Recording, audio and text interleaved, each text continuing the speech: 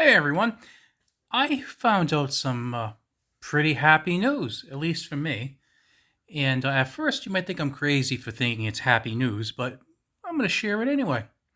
So, to make a long story short, High Point is making a 10 millimeter handgun. You done laughing now? Okay, yes, High Point is making a 10 millimeter handgun, and I think this is fantastic news. Now, some of you are probably making fun of High Point, saying High Point makes crappy guns. Well, it wouldn't be my first choice for a gun. If you gave me $1,000 and says pick a handgun, I'm not picking a High Point. If you give me 500, I'm not picking a High Point. If you give me 300, I'm not picking a High Point. But I personally value High Point's products because if you look at a lot of videos, um, they get the crap tortured out of them, and they tend to do pretty well. And for the price point, they're pretty good. I mean, a lot of times you can get like a 9 millimeter for like $130, $140. Well, if you look around, there have been a lot of companies introducing 10 millimeter. As you probably know, that's one of my favorite rounds. I like 10 millimeter, and I'm glad to see more companies coming out with 10 millimeter because it means that there's going to be more demand for the round. More demand for the round, you'll have more loadings, and hopefully it'll become a little bit less expensive if more people adopt it. So that's all good stuff. The thing with High Point is the MSRP on their new model, their new 10 millimeter handgun model, which is called the JXP10, MSRP is only $225. Now, MSRP is $225. That means there's a good chance you might end up seeing this thing for like $190 to $200 in stores, at least after the initial rush. And there will be a rush for this handgun, I think, when people see they can get into a 10 millimeter for such a cheap price. And I actually think that some of its faults might actually be helpful. Now, this is going to be, it's a handgun. It's 10 plus 1 rounds, and it's going to be a little clunky. It has a 5.2 inch barrel, which is threaded. And just like all High Points, again, it's going to be kind of big and clunky and heavy. If I remember correctly, it's going to be a little over 3 pounds, so about 49 ounces with that 5.2 inch barrel. It's also plus P rated, which kind of shocked the crap out of me. I mean, a $225 handgun, that's pretty reasonable. That shoots 10 millimeter, very reasonable, and it's plus P rated. Now, I don't think there are going to be a lot of people who want to conceal carry this thing, because it's going to be a bit like a brick, but it's a slightly more stylish brick. It's I saw some pictures of it. If you go to the High Point website, you could check them out. It actually has some, slide serrations, and it's contoured a little bit more. It has some grip texture. It has a rail underneath the barrel. Again, it looks a lot better than your typical High Point. It's just a little bit better than your regular High Point. Did I mention it's 10 millimeter? I think I did. And plus P rated. A couple other cool things besides the serrations, the textured grip, is that the front sights can take Glock sights. So you want to change the sights out, you can use Glock sights for it, which is pretty cool. And also, if you have a 10 millimeter carbine, you can use the 10 millimeter mags from the carbine in the gun, or in the handgun, or in the handgun and the carbine. They are swappable, which is pretty freaking cool. Now, like I've said before, I am a big proponent of 10 millimeter. You have close to 9 millimeter capacity, but you have kind of a low end 44 Magnum performance. I mean, if you look at some rounds, you can get 650, 700 foot-pounds of energy.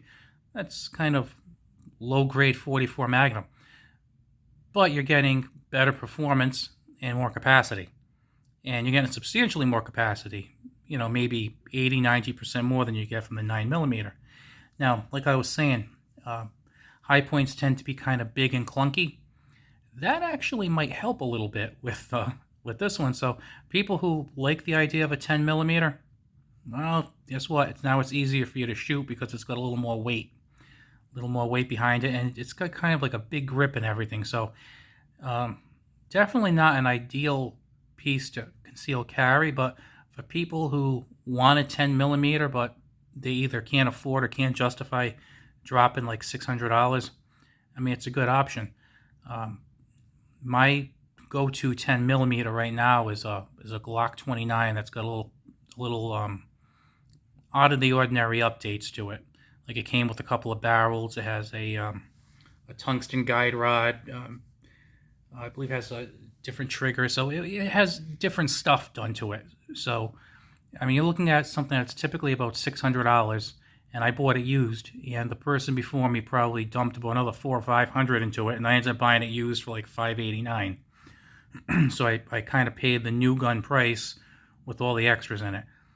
A lot of people either can't do that or they just don't want to do it, but they want the 10 millimeter.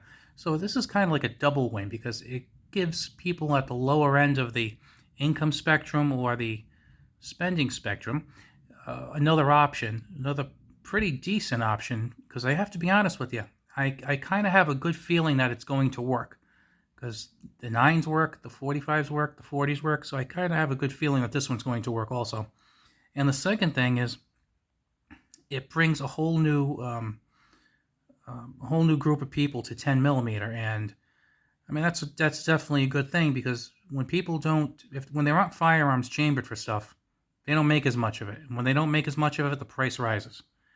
Just look at something like a 25 ACP, diminutive little round, but they're kind of pricey. 32 ACP, that's gotten a little worse lately. Now, there's a couple of guns, I mean, I can name like 4, maybe 5 offhand that are chambered in 32 ACP. There's not a big market for it. You're probably going to see the price of 32 go up. You know, that's another round I like, better than 380. Check out the videos. You know, you're going to see the price of that go up. 25 ACP, I usually see those for like $25 a box, whereas I've been seeing 9mm, believe it or not, for like $13 to $14 a box. So you're talking about, again, maybe 80% more for like 1/3 of the performance, if you're measuring performance in foot-pounds of energy. So when people don't buy it, prices go up. It's not profitable. 9mm, they make that all day, every day, because there's so many 9mm handguns. My hope is that one day that, you know, that chasm between 9 and 10mm might narrow a little bit. I never see 10mm overtaking 9mm in popularity, because again, the price is so different right now. I mean, you're probably looking at maybe like twice the price for some 10mm. So I mean, you see that out there now.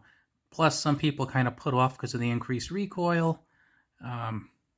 You know, somewhat larger handguns because of the larger frame required. So I don't see it over. Plus, you get a little more capacity with the 9. But I do see it becoming more popular, and I think that this high point handgun is definitely a positive. I mean, you can just tell it's positive. Look, my bullets are smiling. So if you haven't gotten a chance, visit the highpoint.com. I believe it's I don't know, it's the High Point website. But check out the High Point website and check it out. It's a pretty cool development. I'm excited about it, and I think there is a very good chance that I will pick one up. The only thing is, I don't think I'll pay over $200 for it, but if I can find one through my local FFL for $200 or less, I definitely think I'd add one. Now, I wouldn't add another caliber, but 10mm, yeah, I'm all over it. All right, don't forget to check that out. If you're not subscribed, please subscribe. If you like this video, I'd appreciate a thumbs up, and I will talk to you later.